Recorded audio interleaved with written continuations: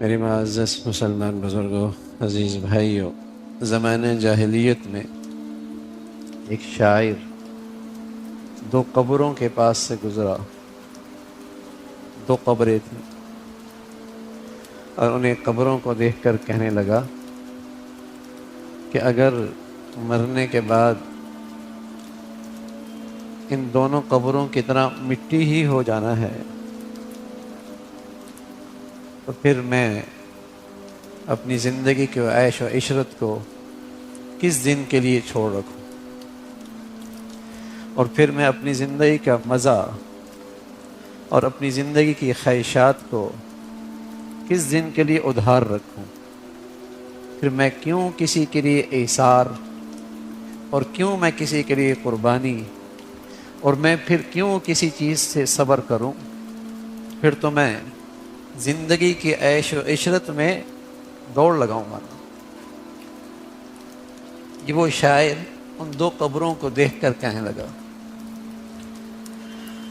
تو زمانہ جاہلیت کا تھا، ایمان نہیں تھا، لیکن آج ترقی یافتہ دنیا میں زندگی کا فلسفہ یہی ہے، کھاؤ پیو مست رہو۔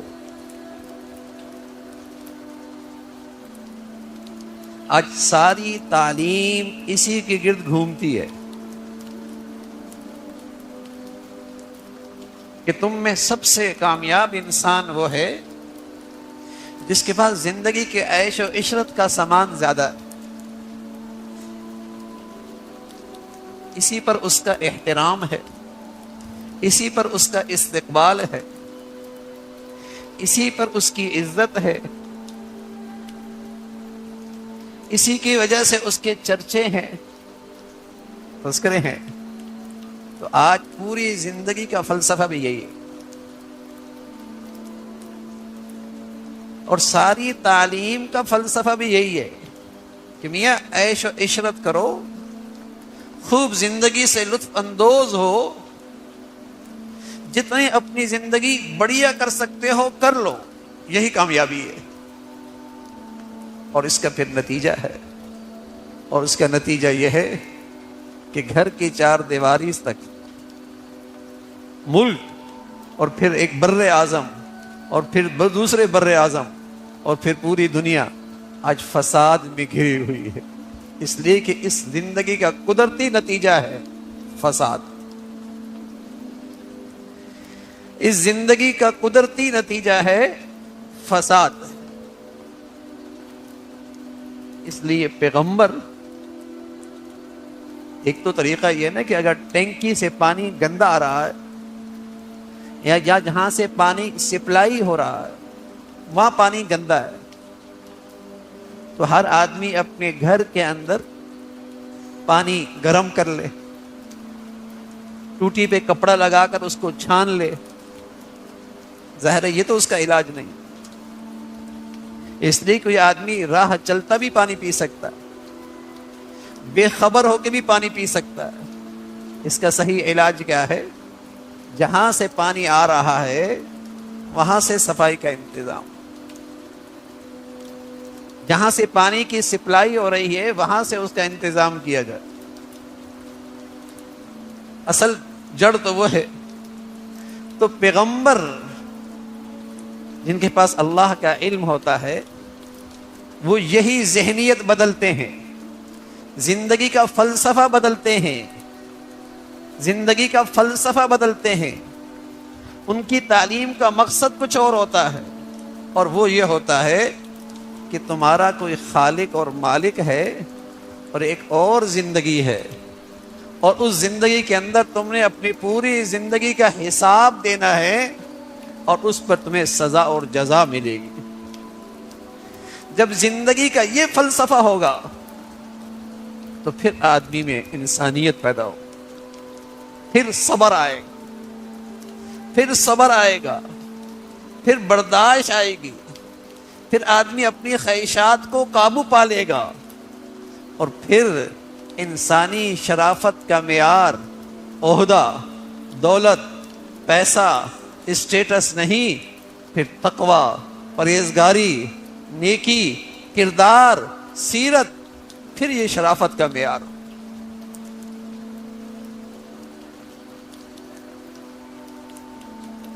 اب ہم بسا اوقات ساری زندگی اس غلط فلسفہ زندگی کو پروان چڑھاتے ہیں، اپنے بچوں میں بھی، اپنی بچیوں میں بھی، اپنے گھروں کے اندر بھی، اپنی تعلیم کے اندر بھی، اپنے نظام تعلیم کے اندر بھی اس غلط زندگی کے فلسفے کو فروغ دے رہے ہوتے ہیں، اس غلط زندگی کے فلسفے کو فروغ دے رہے ہوتے ہیں، لیکن جب اس کے نتائج بد آتے ہیں پھر چیختے ہیں کہ یہ مسائل کہاں سے آ گئے، یہ پریشانیاں کہاں سے آ گئیں، یہ فساد کہاں سے آ گیا، یہ بگاڑ کہاں سے آ گیا۔ ارے میاں، جس کی آپ نے پرورش کی ہے آج اس کا نتیجہ۔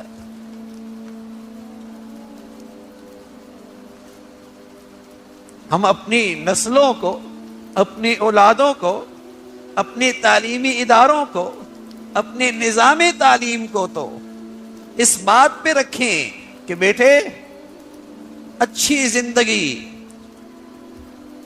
ایک دوسرے سے زندگی کے معیار میں سبقت، یہی شرافت ہے، یہی دنیا کی عزت ہے، یہی انسان کے اقبال بلند ہونے کی علامت ہے۔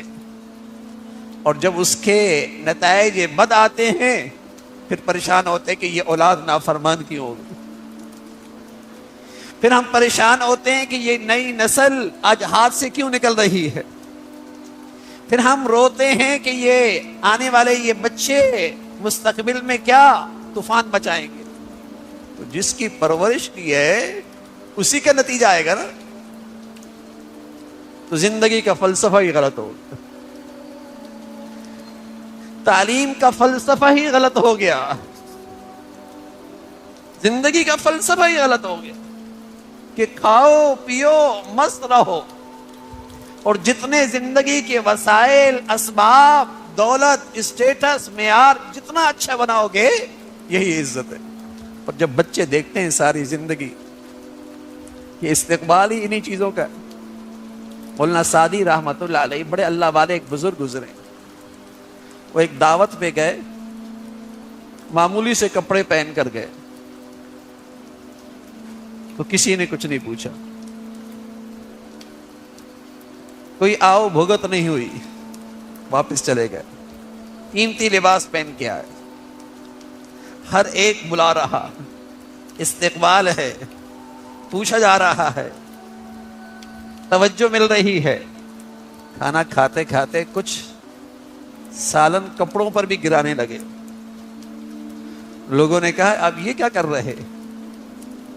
کہا میں تو پہلی بھی آیا تھا لیکن کوئی توجہ نہیں ملی تھی، انہی کپڑوں کے تو فیل تو یہ مل رہا ہے، کچھ ان کا بھی تو حق ہے،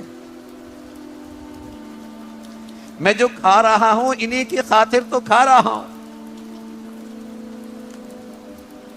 جب شرافت کا معیار دولت ہو جائے گا نا بھائی، جب عزت کا معیار اسٹیٹس بن جائے گا نا بھائی، تو میرے عزیزو پھر جائز ناجائز کی تمیز ختم ہو جائے گی، پھر حلال حرام کا فرق مٹ جائے گا، پھر انسان اس حرص و ہوس میں انسانیت کو قدم قدم پہ پامال کرے گا۔ ہم بچپن ہی سے اپنے بچوں کو فلسفہ زندگی غلط دیتے ہیں، اپنا تعلیمی نظام کا فلسفہ ہی غلط ہے، اور جب اس کے نتائج بد آتے ہیں، اس کا جب ریئیکشن آتا ہے، اس کا جو فساد آتا ہے، پھر چیختے اور چلاتے ہیں کہ ایسے بد نصیب لوگ اداروں میں بیٹھے ہیں، ایسے بدبخت لوگ ہمارے حکمران ہیں۔ جب ان کی پرورش ہی ایسی ہوئی ہے تو پھر وہ اپنا عیش و عشرت کو کس دن کے لیے چھوڑیں گے؟ وہ تو کہتے ہیں آج اختیار ملا ہے، آج خزانہ میرے ہاتھ میں ہے، آج میری پانچوں انگلیاں گھی میں ہیں، میں کیوں اس موقع کو جانے دوں؟ میں اس موقع کو ہاتھ سے کیوں جانے دوں؟ جب مر کر مٹی ہونا ہے کوئی باز پرسی نہیں ہے، پھر میں اس عیش و عشرت کو پھر میں کیوں ایثار کروں، پھر میں کیوں احسان کروں، پھر میں کیوں دیانت سے کام لوں، پھر میں کیوں سچائی سے کام لوں؟ میں تو آج اپنے اختیار کو استعمال کروں گا کہ زیادہ سے زیادہ عیش و عشرت کی زندگی کیسے اختیار کی جا سکتی۔ آج موقع ملا ہے، آج موقع ملا ہے۔ تو جب فلسفہ زندگی یہ فروغ پائے گی، جب نظام تعلیم کا فلسفہ یہ ہو جائے گا، تو پھر معاشرے میں ایسی کردار آئیں گے بھائی، پھر دنیا ایسے کرداروں کی دیکھ کر زندگی کی تلخی، زندگی کی تپش محسوس کرے گی۔ زندگی کا فلسفہ ہی غلط ہو، اس لیے اللہ کریم کہتے ہیں بل تؤثرون الحیات الدنیا، تمہارے فساد کی جڑ یہی ہے کہ تم نے اس زندگی کو بڑی چیز سمجھ لیا۔ تمہاری زندگی کی فساد کا جڑ، مصیبت کی جڑ، بگاڑ کی وجہ یہی ہے، تم نے اس زندگی کو کوئی بڑی چیز سمجھ لیا۔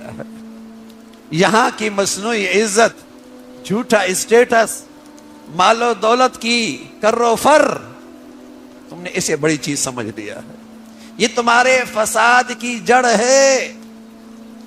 مذہب یہ تعلیم دیتا ہے زندگی کی، پیغمبر زندگی کا یہ فلسفہ بتاتے ہیں کہ والآخرۃ خیر وابقی، زندگی آگے ہے جو پائیدار بھی ہے اور بڑھیا بھی ہے۔ اپنی ہر وہ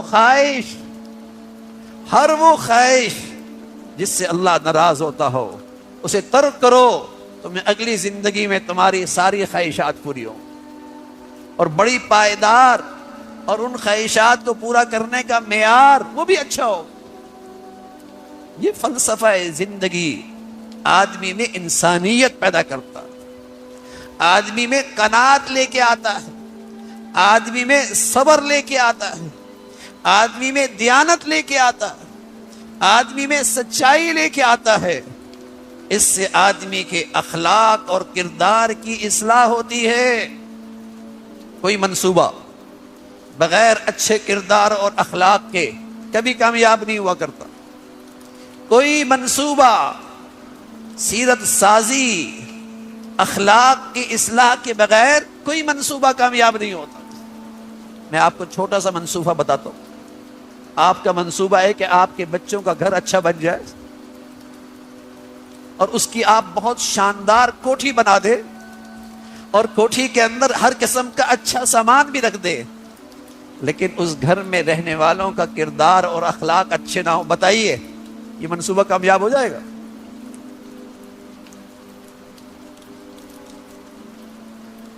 یہ چھوٹی سی اکائی معاشرے کی کیا یہ کامیاب ہو جائے گی؟ کوئی کردار، کوئی منصوبہ سیرت سازی کے بغیر، اخلاق کی اصلاح کے بغیر نہیں کامیاب ہوا کرتا۔ تو بتائیے پوری سوسائٹی، پورا ملک، پوری قوم بغیر کردار کے، بغیر اخلاق کی اصلاح کے کیسی اچھی زندگی گزار سکتی ہے؟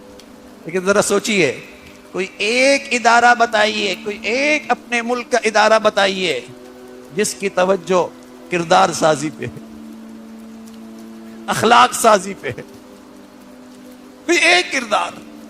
آپ 80 70 77 سال ہو گئے ہیں، آپ قومی سطح پہ کوئی ایک منصوبہ بتائیے جس کی توجہ کردار سازی پہ، اخلاق کے سنوارنے پہ ہو۔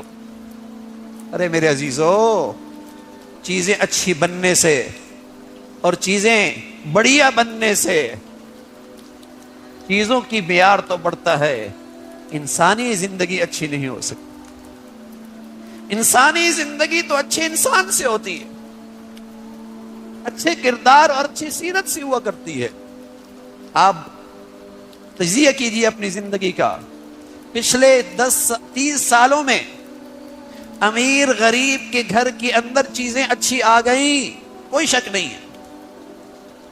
امیر غریب کے گھر میں چیزیں اچھی آ گئی،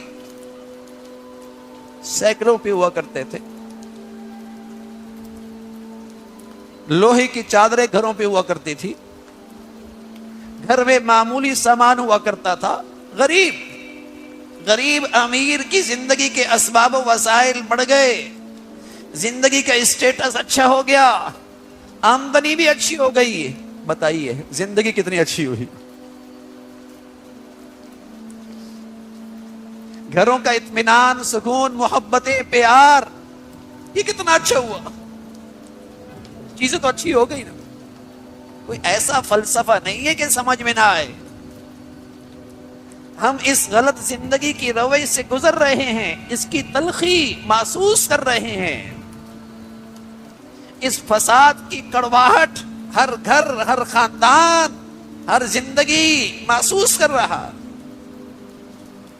تو میرے عزیزو، پیغمبر انسانوں کی زندگی سنوارنے کے لیے آئے اور کہا زندگی کا فلسفہ صحیح کیجئے، اپنی تعلیم کا فلسفہ صحیح کیجئے، اور وہ یہ ہے والآخرۃ خیر وابقیٰ، والآخرۃ خیر وابقیٰ، آخرت کی زندگی بہت بڑھیا بھی، بہت پائیدار۔ اپنی ہر غلط خواہش کو اس زندگی کی خاطر قربان کیجئے، اپنے ہر غلط جذبے کو اس زندگی کی خاطر قربان کیجئے، قربان کیجئے، وہ زندگی ہے، اور تمہارے ہر غلط اور صحیح، اور ہر صحیح اور جائز اور ناجائز، اور تمہاری اچھائی اور برائی، اس کا تمہیں اللہ کی بارگاہ میں حساب دینا ہے، جزا سزا ہے۔ وقفوہم انہم مسئولون، وقفوہم انہم مسئولون، ٹھہرو ٹھہرو، جب تک کہ اپنی زندگی کا جواب نہیں دے پاؤ گے آگے نہیں جا سکتے، ٹھہر جاؤ یہاں تمہیں تعلقات ہیں، اور یہاں تم اپنا جرم چھپا سکتے ہو، اور یہاں تم لوگوں کی نظروں سے اوجھل ہو، اور یہاں تم قانون کے دست رس سے اپنے آپ کو بچا سکتے ہو، لیکن ایک ذات ایسی ہے وقفوہم، اس کے سامنے تمہیں ٹھہرنا ہوگا۔ یہ فلسفہ زندگی انسانیت پیدا کرتا، انسانی کردار کو بلند کرتا ہے، انسان کے اخلاق کی اصلاح کرتا ہے، کہ قانون کی رسائی نہیں ہے، لوگوں کی نظریں نہیں ہیں، کسی کا ڈر اور خوف نہیں ہے، لیکن پھر بھی بددیانتی نہیں کرتا، پھر بھی بددیانتی نہیں کرتا، پھر بھی کسی کا حق ضائع نہیں کرتا، اور پھر بھی اپنی ناجائز اور اپنی حرام خواہش سے صبر کر لیتا۔ یہ ایک فلسفہ ہے زندگی، جب دلوں میں رچ بس جائے تو پھر معاشرہ سنورتا ہے، اور روئے زمین پر ایسی فلسفہ زندگی رکھنے والے لوگ آئے اور ان کی زندگی قابل رشک، ایسا نہیں کہ اس فلسفے کے حامل، اس فلسفہ زندگی کے تربیت یافتہ اور ان کی تعلیم کا جو یہ فلسفہ تھا، اس کے تربیت اور تعلیم یافتہ نہیں آئے زمین پہ، اور دنیا میں انہوں نے امن اور سلامتی کا پیغام دیا، امن اور سلامتی کا تحفہ دیا، اور پوری دنیا امن اور سلامتی کا گہوارہ بنی۔ تو میرے عزیزو، اصل خرابی یہ ہے، اصل خرابی یہ ہے، جو فساد کی جڑ ہے، کہ آج ہماری نظروں میں دنیا اور دنیا کے اسباب و وسائل اور دنیا کے نقشے یہ بڑھیا چیز ہو گئے، اس کا نام عزت رکھ لیا، اس کا نام کامیابی رکھ لیا، اس کا نام اقبال کی بلندی رکھ لیا، اس کا نام خوش نصیبی رکھ لیا۔ یہ جہالت ہے، یہ جہالت ہے۔ اصل عزت اور معیار نیکی اور تقوی ہے، آخرت کے سنوارنے والے ہیں۔ اللہ تعالیٰ بھائی اس صحت مند زندگی کا صحیح یقین اور صحیح ایمان نصیب فرمائے۔ وآخر دعوانا ان الحمدللہ رب العالمین۔ اے انسان ذرا رک جا، ذرا اپنے دل سے پوچھ تجھے آخر سکون کیوں نہیں ملا؟ تو سب کچھ رکھتا ہے مگر دل خالی ہے، ہاتھ میں دولت ہے مگر دل میں ویرانی ہے، چہرے پر مسکراہٹ ہے مگر دل رو رہا ہے۔ کبھی سوچا کیوں؟ کیا یہ دنیا واقعی خوشی دے سکتی ہے؟ کیا یہ چیزیں دل کے زخم بھر سکتی ہیں؟ نہیں میرے بھائی نہیں، یہ دنیا دھوکہ ہے، یہ لمحاتی ہے۔ سکون کسی چیز میں نہیں، کسی انسان میں نہیں، کسی شہرت میں نہیں، سکون صرف اللہ میں ہے۔ قرآن کہتا ہے خبردار، دلوں کا اطمینان صرف اللہ کے ذکر میں ہے۔ لیکن ہم نے یہ ذکر چھوڑ دیا، ہم نے دل کے دروازے بند کر کے دنیا کے شور کو اندر آنے دیا۔ اب دل چیخ رہا ہے مگر زبان خاموش ہے، دل ٹوٹا ہوا ہے مگر ہم دکھاوا کر رہے ہیں۔ ہم نے اپنے رب سے رشتہ توڑا اور پھر گلہ کیا کہ سکون نہیں ملتا۔ اے میرے نوجوان بھائی، اے میری بہن، یہ دل اللہ کا گھر ہے۔ جب تو اس میں دنیا، خواہشات، نفرتیں اور فتنوں کا کچرا بھرتا ہے تو پھر روشنی کہاں سے آئے؟ جب دل پر گناہوں کی تہیں چڑھ جاتی ہیں تو رحمت کی کرنیں اندر نہیں آتی۔ تم نے کبھی محسوس کیا جب کوئی گناہ کرتا ہے تو چند لمحوں کے لیے ایک لذت ملتی ہے، پھر دل خالی لگتا ہے، عجیب بے چینی چھا جاتی ہے۔ یہی اللہ کا اشارہ ہے کہ میرا بندہ، یہ راستہ سکون کا نہیں، گناہ ہمیشہ دل کو زخمی کرتا ہے۔ سکون صرف اطاعت میں ہے، نافرمانی میں نہیں۔ دنیا نے ہمیں یہ سکھایا کہ پیسہ ہو تو سکون ہوگا، لیکن حقیقت یہ ہے کہ دنیا کے امیر ترین لوگ بھی راتوں کو نیند کی گولیاں کھاتے ہیں، اور وہ غریب بندہ جو رات کو وضو کر کے 2 رکعت نفل پڑھتا ہے، وہ چٹائی پر سو کر بادشاہوں جیسا سکون پاتا ہے۔ کیوں؟ کیونکہ اس کے دل میں اللہ ہے۔ سکون اللہ کے قرب میں ہے، اس کی یاد میں ہے، اس کے کلام میں ہے۔ قرآن کو دل سے لگا لو، پھر دیکھو سکون تمہارے سینے میں کیسے اترتا ہے۔ اے میرے بھائی، ذرا سوچ، جب فجر کے وقت اذان ہوتی ہے، فضا میں الصلاۃ خیر من النوم کی صدا گونجتی ہے اور تو بستر پر کروٹ بدلتا ہے، تو کیا جانتا ہے تو کس سکون سے محروم ہو رہا ہے؟ وہ چند لمحے جو تو وضو میں گزارتا، وہ سجدے جو تو رب کے لیے کرتا، وہ تیرے دل کو سکون دیتے، لیکن تو سوتا رہا اور پھر دن بھر بے چین رہا۔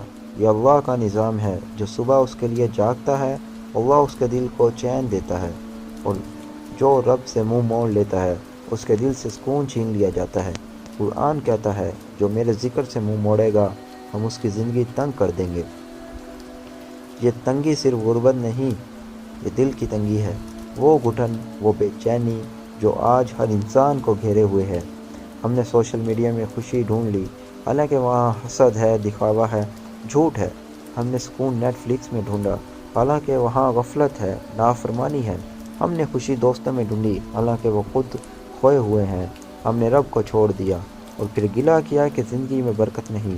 نبی کریم صلی اللہ علیہ وسلم نے فرمایا، جب بندہ اللہ کا ذکر کرتا ہے تو اس کا دل زندہ ہوتا ہے، اور جو ذکر چھوڑ دیتا ہے وہ مردہ ہو جاتا ہے۔ سکون زندہ دل میں ہے، مردہ دل میں نہیں۔ دل جب زندہ ہوتا ہے تو دنیا کی مشکلات بھی آسان لگتی ہیں، اور جب دل مردہ ہوتا ہے تو آسانیاں بھی بوجھ لگتی ہیں۔ نوجوانوں، سکون اس وقت آتا ہے جب بندہ اللہ کو پہچان لیتا ہے۔ جب تو جان لیتا ہے کہ رزق کا مالک اللہ ہے، محبت کا مالک اللہ ہے، عزت دینے والا اللہ ہے، تو دل سے بوجھ اتر جاتا ہے۔ ہم نے خود کو دنیا کے رحم و کرم پر چھوڑ دیا ہے۔ ہم چاہتے ہیں کہ لوگ ہمیں پسند کریں، ہم چاہتے ہیں کہ لوگ ہماری تعریف کریں، مگر ہم بھول گئے کہ اصل سکون اس وقت آتا ہے جب اللہ تیری تعریف کرے۔ اے بندہ مومن، سکون نہ دولت سے ملتا ہے، نہ شہرت سے، نہ لوگوں کی واہ واہ سے۔ سکون صرف ایک لمحے میں آتا ہے، جب تو سجدے میں کہتا ہے اللہ اکبر اور آنسو بہتے ہوئے دل ٹوٹتا ہے اور تو کہتا ہے یا رب میں حاضر ہوں۔ یہ وہ لمحہ ہے جب زمین پر سجدہ ہوتا ہے اور آسمان پر رحمتیں اترتی ہیں۔ یہ وہ لمحہ ہے جب دل کا بوجھ ہلکا ہو جاتا ہے۔ یہی ہے سکون۔